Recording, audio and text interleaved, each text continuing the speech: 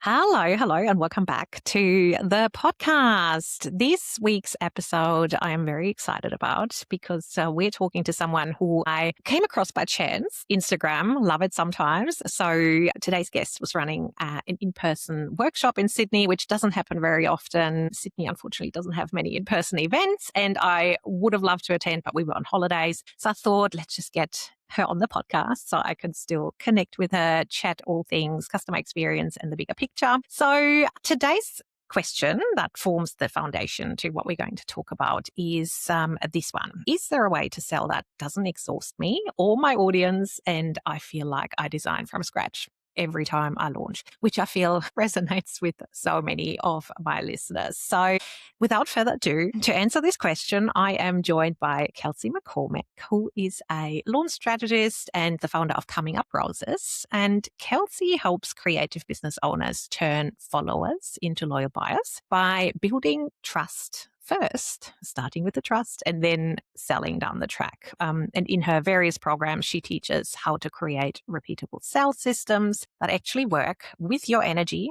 and your audience's energy instead of against it. So welcome to the show, Kelsey. Thank you. And thank you so much for that intro. I feel like I want to copy and paste it into my bio. And like when I'm pitching people, it was so like lovely and concise. I'll send it to you after. You're welcome. Thank you. Oh, well, I feel like I've given a bit of an overview of who you are and how amazing the things are that you do. But I'm always intrigued with my guests' backstory. So I would love you to give us a bit of an overview how you got to where you are today, you know, the various detours that probably came along the way. Sure. I'll try to give as brief of a like synopsis as I can. But basically, I went to college in LA and from college, kind of worked in the music industry, worked in music marketing. I worked in basically, it was my job to sell tickets to concerts and festivals. I worked on the marketing side of things. Such a dream job. But as I approached my 30s and I was going to have a baby, I was like, this is probably not a sustainable career. I was a lot of late nights, a lot of weekends, a lot of traveling. And I just really, really did not see myself doing that long term when I wanted to be a present mom. So I kind of had this like weird come to Jesus moment going into my 30s, being like, okay, what am I going to do? And that's when I just started really toying with the idea of my own business. I took a course with I Love Creatives. I don't know if you're familiar with them, No. but they're really great. They call themselves like the trade school for creatives. They basically have like learn a skill. So I learned web design on Squarespace. I started, showing up on social, selling that. And it wasn't until I started applying the same launch principles that I learned at my corporate job, selling concert tickets, to my services that I started booking out. And then a lot of other people were curious, like, how are you always booked in advance? And I was like, well, I'm launching my services. And they're like, how do you do that? And I was like, okay, I think there's something here. Let me teach this. Blew out. And then eventually it's now like my whole business is teaching people launch strategy and working with creatives on launching not only their courses and digital products, but also their, services, their one-on-one services. That is so cool because, yeah, most service providers go, well, my service is out there all the time. It's on my website. People are going to just book it, right?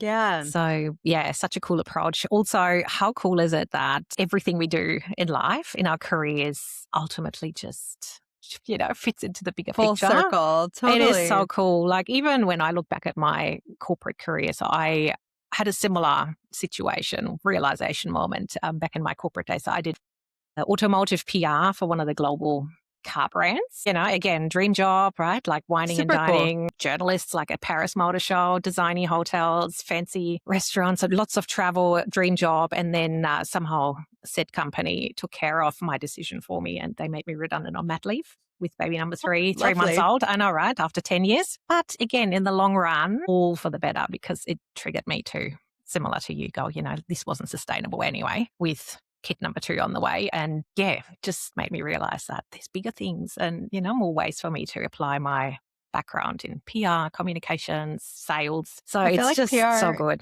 in particular is a career that so many entrepreneurs started out in. Like we just talked about our friend Jess Rufus, Yeah. who also started in PR and is just like such an epic entrepreneur. I think the ability to kind of reach out to people, market things, come up with good messaging and angles, like Yeah. PR is like the best foundation for entrepreneurs. Absolutely. And I think it teaches you as well that the importance of relationships. Totally. While we're a solo, like I'm anyway, solo one woman show, like without connections and, supporting people who then ultimately end up supporting you, like this whole thing wouldn't be 100%. sustainable. Plus, it makes it so much more enjoyable, right? Yeah. Yeah, 100%. We're so aligned. So good. So good. Anyway, let's get to the good stuff, talking about your approach to launching courses and all the things, but also services. So I know you said developing repeatable systems is your jam. So helping people establish what works for them without having to reinvent it every time. So what makes a sales system, repeatable? Yeah, I think it's twofold. I think it's having an offer that you can spotlight again and again. I think often people feel like they're reinventing the wheel because they think that they have to come up with something new every time they promote and launch something. It does not. I have launched my program, Launch Your Own Way, 10, 15 times. I've lost count how many times. And you can do that with any of your services. I also think it's in the approach, like the things that you do within a launch. You can have, a timeline that you follow. You can have a certain messaging that you use, the sales page, all the things that go into it can be pretty turnkey. Obviously, you might want to like experiment with some new strategies. You might want to like play around with some new messaging based on the season. But all in all, like the structure is very much repeatable and can just be copied each time that you launch. So I do 2 big campaigns a year around my course, my program, Launch Your Own Way. I mean, there's some different things, there's some different strategies that I throw in, but pretty much turnkey in its structure. And each time it just becomes easier and easier as a result. How good's that? Yeah, Yeah. And I love how you're saying, you're tweaking things as you go along. You probably learn things with every exactly. That's a launch. big part of my Yeah. process. Now, Definitely. what do you do? I know, looking at the world and, society, there's always something that gets sprung on you, I feel, out of nowhere, interest rates, politics, things. How do you incorporate the environments changing into that process? Does that make sense? Totally. I think that that does make sense. I think that I try not to let too many external things affect my results because at the end of the day, there's always going to be a town on fire or Yeah. a country bombing another country or like Trump doing something insane. You know what I mean? And obviously, like you want to have enough cultural awareness that you are aware of what's happening. You are empathetic and like understanding of what's happening, but at the end of the day you do run a business and you don't see Target or any other corporation closing sales for the day because something tragic's going on in the world. I think you have to keep moving as a business owner. I mean, in my time as a business owner, there's been so many crazy things that have happened in the last 5 years. Think about it, I know, right? COVID. Yeah, there's just been so many things. And I think I'm pretty socially aware. I'm not like someone that's like, I'm apolitical. I'm not going to talk about things. I very much like in the discourse. But I still think at the end of the day, if there's more people like us, mothers who are raising really great kids and who, want to make a good impact in the world and, support other small businesses as well, it's better if we have money to do all of that. Yeah. Absolutely. And it can be tempting to go into panic mode. I'm with you, like we need to keep selling because small Yeah. business, I have bills to pay and the world is just never the perfect environment to, nothing's ever. You can't base your business on what's going on in the world, or you would just have to stop all the time. There are times when maybe you slow things down or when it does become overwhelming. And I just leave that with you if that's something that you need to do. There's definitely times when I've been overwhelmed I've had things just happen in my personal life that have been overwhelming to me, whether it's pregnancy loss or I just had a baby in July. And I guess the whole thing is like having a business that can run independently of personal or external factors. And I do think launching actually really helps with that because it brings in steady sales, consistent income, recurring revenue so that it buys you the freedom to Mm, take a pause if that's what you need. yeah, absolutely. And then your repeatable system makes Yeah, that even exactly. easier. How good's that? Yeah, I'm a big fan of automating, setting things up once Yeah. and then tweaking, refining always, but having it in place. It's always that first time's the hardest. And Totally. The then, first time I always say that to people, like your first mm, launch is going to be the mm, hardest. It's like the first pancake. You're building everything from scratch. You're testing things out. You're selling in a new way. You're doing stretchy skills, like showing up and talking about yeah. your offers all the time. Like that's going to be difficult, but the more you do it, the more easy and turnkey it becomes. And it pays off in the long run. As you said, Totally. you build it once, you put the effort in and then just refine and it becomes second nature. Yeah. I did a bit of website stalking before the episode, of course, because I do like to be across my guests. So, one expression that popped up a lot on your website is campaign thinking, which Yeah. I'm super intrigued with. Obviously, it comes into the whole launch model. But can you tell us a little bit more about campaign thinking and what that means specifically to the creative space? Yeah, I love that you picked up on that. It's something that it's a term I kind of have coined around. I find it I find a big problem with creatives and service providers, online service providers in particular, is that you're just thinking month to month, right? Like, oh, can I make whatever arbitrary number that you have in your mind? Maybe it's 10K a month, maybe it's 30K a month, maybe it's 100K a month.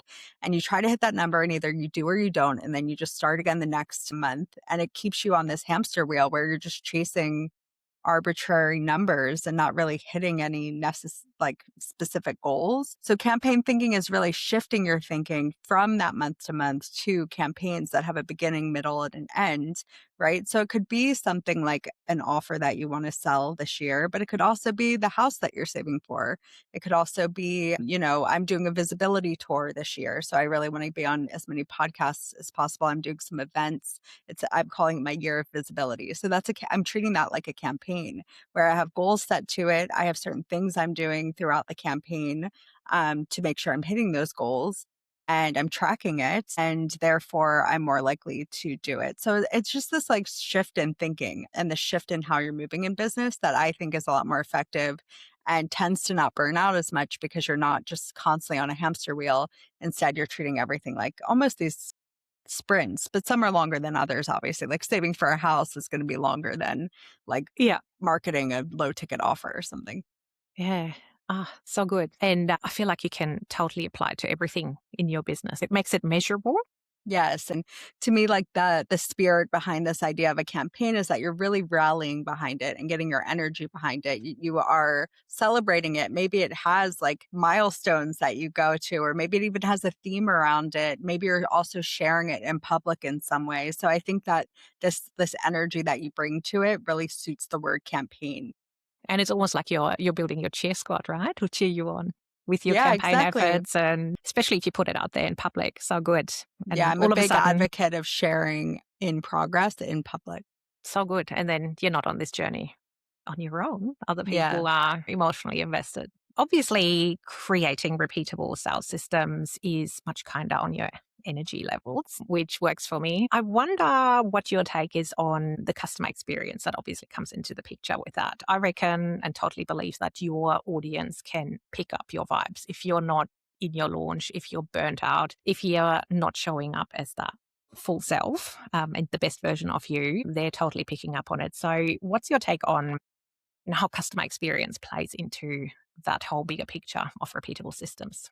Yeah, I agree with you 100%. Like your energy sells your offers. I always say that to my students in Launch Your Own Way. So it's really essential for you as the leader of your launch to make sure you feel fully supported, to make sure you're doing the like cup filling things during a live launch that make sure you're in good energy and doing a lot of mindset work, I think, beforehand. So one of my biggest launches, I didn't work so much on strategy. Like that was pretty turnkey. It was mostly I guess it was a strategy and that it was like a mindset strategy. I tried to journal every single day around like, because 100K launch was like a big milestone for me personally, but I hadn't hit it yet. And I was like, why haven't I hit it yet? What is the problem here? And it just all came down to energies and belief. And I just journaled through it. I worked through it. I did a lot of mantras. I did a lot of just like self work and I Mm, hit it in that launch from that. mm, So awesome. I really do think like having some sort of an energetic strategy is just as important as all the things you're like quote unquote doing to sell your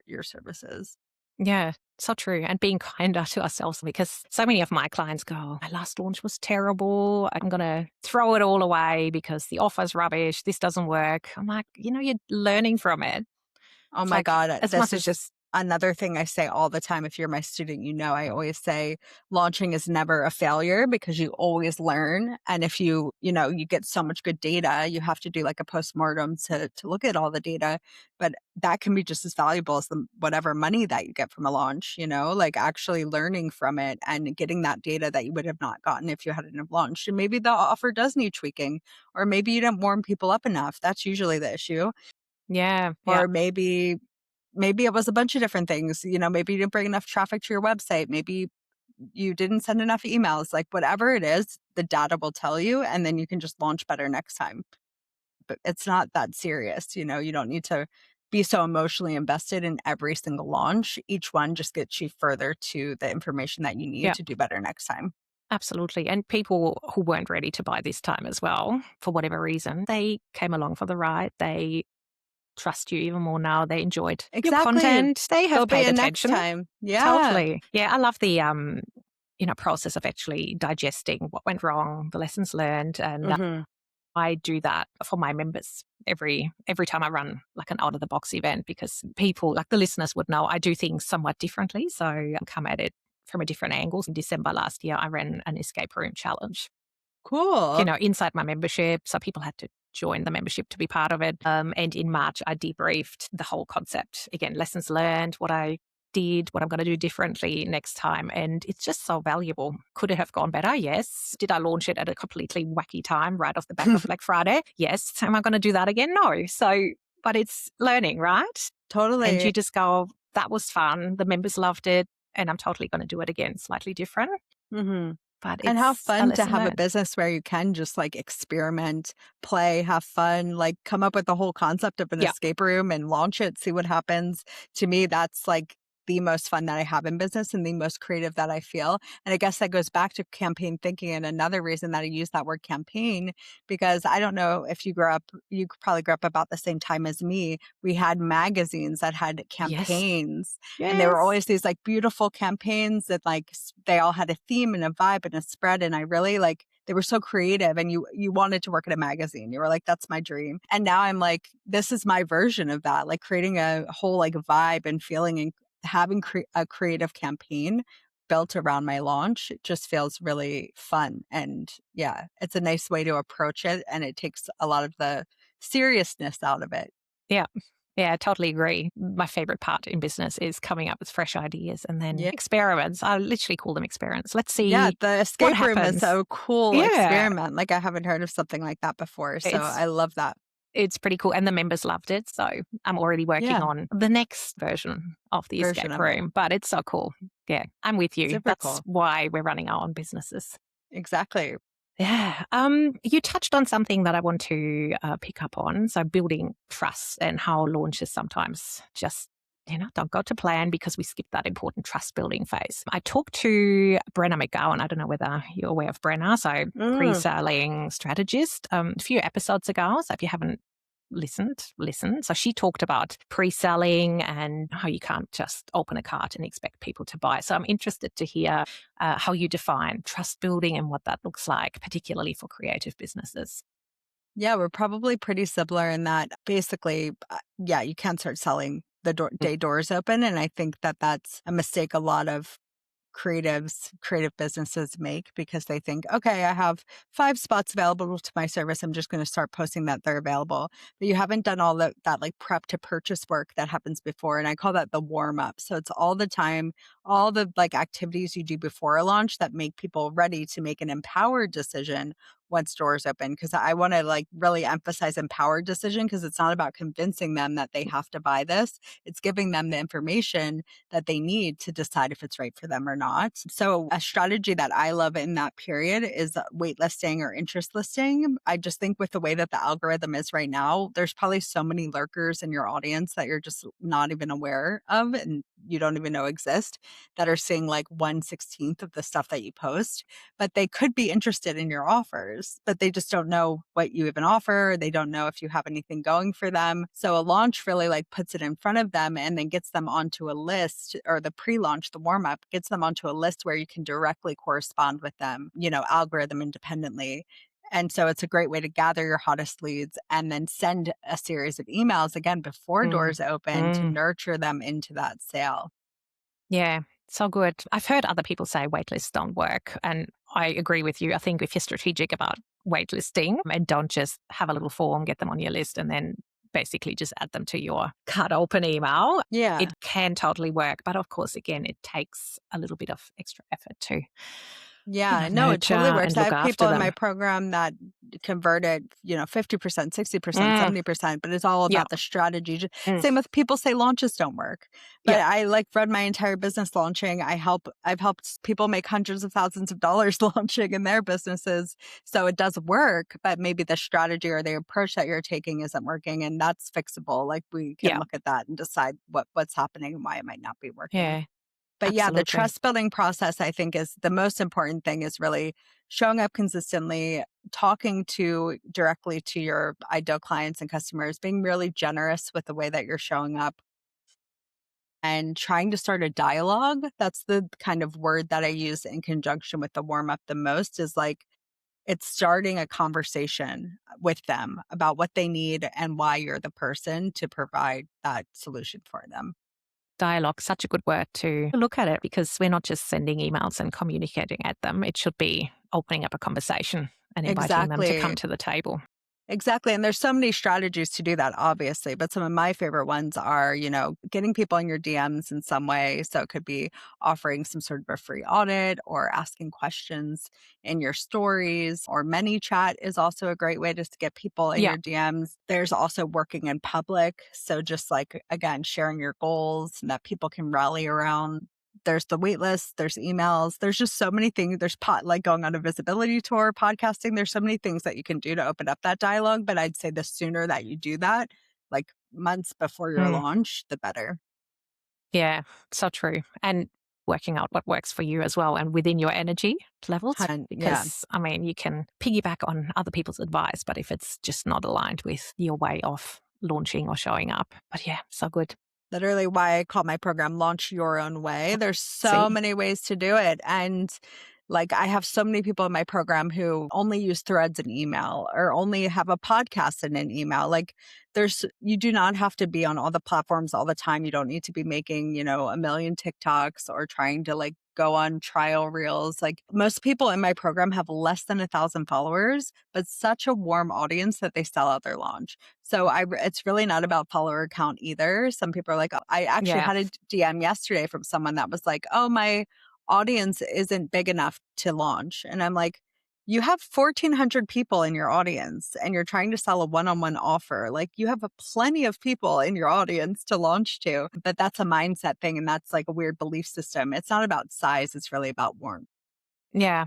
I actually had a conversation with someone else for the podcast this morning about the same topic, like just chasing fresh audiences and growing your list at all costs, but Hmm. totally forgetting the people who already said yes to you Exactly. and who already put their hand up to hear from you and who possibly are just waiting for that perfect moment to start working with you. What's your take on list growth and acquisition versus retention? As we said before, not everyone is in a position to buy your offer when you're launching. So, how do you see that long term relationship with your audience, your potential customers beyond that first launch? Yeah, that's such a good question. I think it looks different for everyone, but obviously the two go hand in hand, right? Mm, You need a visibility strategy of some sort. You need people to be able to discover you somewhere. You get to choose what that looks like. It could be a podcast, yeah, it could be threads, it could be TikTok, but choose a visibility platform where strangers can discover you and have a strategy for that to happen. But what I see it as an issue a lot is once people get all these followers, they're not leading them anywhere. So you need to make sure there's always somewhere that you're leading them, whether it is your launch, or if you're not in a launch, is there a freebie? Is there a podcast episode? Is there a blog, like something that they can read to access your knowledge further? Maybe it's just your weekly newsletter, but there should be like a first step for people to learn. There's so many people who've been in my audience. I just had a talk with someone in Launch Your Own Way like 2 days ago who said they took a year to convert because they just weren't ready. They just weren't in the right position. They're so glad they did end up joining. But for that year, they said they learned so much from just my content alone and Yeah. the things that I put in stories and the things I was, putting on my freebies and the free workshops that I did. So just make sure there's other things to like warm up the people who might not quite be ready, but you get to choose what that looks like for you. How I look at it and what I've more recently been practicing in my business as well. I stopped saying yes to every single opportunity because you can waste so much energy bringing in new people Hmm. without sense checking. So really being discerning with your visibility strategy and how you Hmm. get people in and who you get in, and then investing just as much energy in what comes after. It's so Yeah. important and so often overlooked. And I think it's important to like nail your launch strategy and that repeatable sales system before you try to bring more Mm, people into your ecosystem. yeah. Because at some point, like I work with so many people that have like 50,000 followers and more who cannot sell because that's why they join Launch Your Own Way or work with me one on one because they're like, I have all these followers, but like, and I have a community, but like they're not buying what I have. And I'm like, yeah, that's because you're not like nurturing them into a sale. They're not used to that relationship with you. So you need to build that relationship with them. And that looks different from like, the creator influencer content you've been creating. So I do think that is a big issue where people almost over index for more followers, but they don't actually do the important sales system work that needs to exist before they blow up. Absolutely. And it's that dopamine hit, isn't it? Getting a new subscriber or a new follower. Yeah. That often feels a lot more, intriguing than Well, it's getting, outwardly, validating, isn't it? When yeah, you get a bunch of new followers and it's a shiny, sexy thing. But I think the people I admire so much in this space aren't the ones with the most followers, but they're the ones with like the strongest point of view. They have like a style that they create in. They have like a certain, idea and IP that they've developed around what they teach. They show up as authentically themselves. And I see them having a lot more longevity than the people who are like, hooking and hacking their way to, bigger numbers. mm, totally. I think we could talk for hours. I know I'm a chatty It's Cathy too. like You gotta there's so many facets to it and so yeah, many more launching's a things. big topic. I do find that in my program sometimes where it's like there is a lot to cover. There There's so is a many lot of steps. aspects. Like Yeah. pre-launching, the actual launch, after launch. It fascinates me. What I've taken away from our chat though is that while you can set up a repeatable system, which makes your life easier, it can totally work within your energy. It doesn't have to look like a system that is copycat for everyone else. It's a matter of working out what works for you, what works for your audience, and then coming up with a structure that is sustainable and makes your life so much easier. Yeah, totally. I think that could be applicable to your entire business as well. Like you got to do it in your own way or it's never going to feel good. Yeah. And then before we wrap up, what are you excited about in the launch space at the Ooh. moment? Really excited about like community events and collaborations. I just think like with the age of AI, I'm already seeing the pattern of people just being more and more disenchanted with being online all the time. Yeah. And there's just going to be so much value in just human to human interaction. So I'm really optimizing for more events, more community. I've been pitching brands to partner. I've been, planning some events with other brands. And that is what makes me excited. I just did an event in January and just having that face to face with so many people in my community who I felt like I knew, but like we Yeah. hadn't ever met. It was just so like life-giving and just felt so good. And I want to do so much more of it. And I could really sense in the room that everyone's really craving that at the moment. Yeah, funny. My word for 2026 is community. There you So go. I'm totally on the same page, which is why I really was hoping I could go to your event in January. I went to an in-person workshop in Sydney last week before. I'm losing track. Cool. But yeah, it's just on my vision board. I feel like the person is more and more removed from the online space, like the actual Exactly. human. So I'm just craving, and which is not necessarily usual for me as an introvert. Like I have to usually hype myself up before going into the outside world. It But is a whole different thing, but I it think it's is. like it's so important to get out there and do the exposure therapy of it because if we don't, then we are just going to become Mm, weird. And like I think yeah. after COVID, I was so socially awkward and I'm still feeling like the repercussions of that. And I'm almost like forcing myself to Mm, like go out and like expose yeah. myself to social interactions again because It's just between COVID and pregnancy and postpartum and moving countries, it's just been a lot. Mm. But yeah, it's been really energizing. Yeah. So yeah, I'm looking for more events out there. So if there's any listener in Sydney, let me know. We'll be doing a lot more, Yes. like with the ACE and a bunch of other like collaborations coming up. So watch the Awesome. space as Well, well. I'm on your newsletter, which is beautiful, by the way. So listeners, go and subscribe. It is like the most pretty newsletter ever. I Thank always, you. That's so yeah, nice. I love good designs. Yours is always a must People always open. say that it works on dark mode, and they're very impressed by that because apparently that's a very rare situation.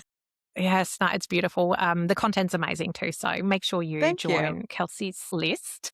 I ask every guest this one question. What's one thing that is on your mind at the moment when it comes to the customer experience in your business? Yeah, I feel like I'm wondering if people are wanting more. It kind of goes back to the last point. Like, if people are wondering or wanting more face to face, more like one on one, more community, I think it's going to be really hard in the future to just do like a self paced course. I think that touch point with the creator is a really big part of it. So that's one thing I'm wondering. And I guess the second thing I'm wondering is, just like I don't know if this is really customer experience, but the way that people are like creating content, I think there's a real chasm in our space right now between people who just want to be like service providers and provide a service and people who are having to be like creators and show up on social almost like influencers, and like what that means for the way that we create and the offers that we create and the way that people experience us. I'm not sure if that's like that relevant, but that's something that's been on my mind really a lot lately, is like I feel like I'm more of a creator than like a online business these days. And like what does that actually mean for the way that I'm showing up and the way that I monetize in the future? And Yeah. I don't know if that resonates at all. Yeah. Yeah. There is a shift happening in the online Yeah. space, in content, in how we show up. It's such an interesting time. And I wonder with AI, like if it's going to be more important to like grow this personal brand, personality, create your online business and not just be Yeah. someone that provides a skill, right? Because how many of those skills are going to be able to be replicated with AI in the future? Yeah. So, I mean, I think that is related to customer Yeah, experience absolutely. because it's like how much of what we do is going to even it be able to be replicated. Like I don't know. Have you tried Claude Cowork?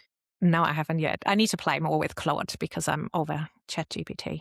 Yeah, a lot of I people need are to. leaving ChatGPT, I Yeah. think, but Claude just released Cowork, and it's just this like really robust. They could like just do tasks for you the way that you would pay someone. Really, Yeah, wow. it's incredible. And since playing around with that, it's made me really, really, really think about customer experience, the way that we're like providing services, like the future of online business. It had me contemplating a lot of Yeah. that.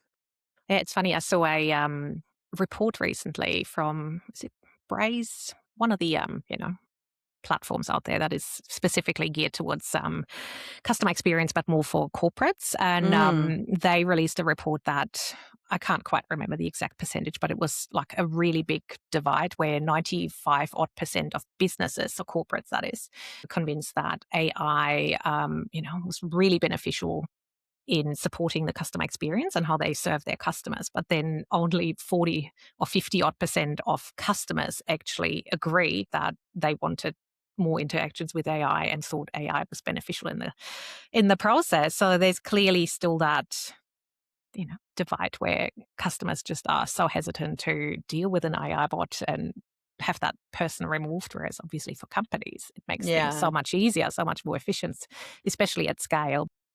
Such interesting times. It is interesting times. Yeah, it's interesting to pay attention to. And it's interesting to start seeing what sectors are getting kind of taken down first. Like read something like computer science, which was always supposed to be like the go-to like safe job, isn't it? Like so much of that can be done by AI now. And yeah, it's just I think it's going to be an interesting next few years, to say the least. Absolutely. Who Yeah. knows? Who knows what's to come? Who But knows? all we can do is just stick with it, be curious, I think, Yeah, definitely. question And build things. our own community and like really bring that humanity to everything we do. I think that's that's kind of the takeaway that I'm going with, at least. That was so good. Before we wrap up, I already said people should sign up to your newsletter. Where else can people find you online and connect with you? Yeah, thank you so much. At cominguproses.co is my Instagram. You can also listen to my private podcast called The Warm Up. There's a couple free episodes available on my website. And yeah, sign up for the Swig. That's my newsletter that I send out every single week that has kind of a musing about the online space and then like a deep dive around a campaign or a launch or something that you can learn from. Yeah. I love opening it because you sort of never know what's in there, which is Yeah, probably the whole point, right? Yeah. thank you. So yeah, well, thanks so much for coming on the show, Kelsey. I had a blast connecting with you and exploring your repeatable sales systems. For Yeah. you listeners, if you have not subscribed to the show yet, I would love, love, love you to hit follow, subscribe in all the places. And yeah, thank you so much for tuning in. I will be back in your airports next week. Thank you so much for having me. And I'll see you in Sydney, I hope.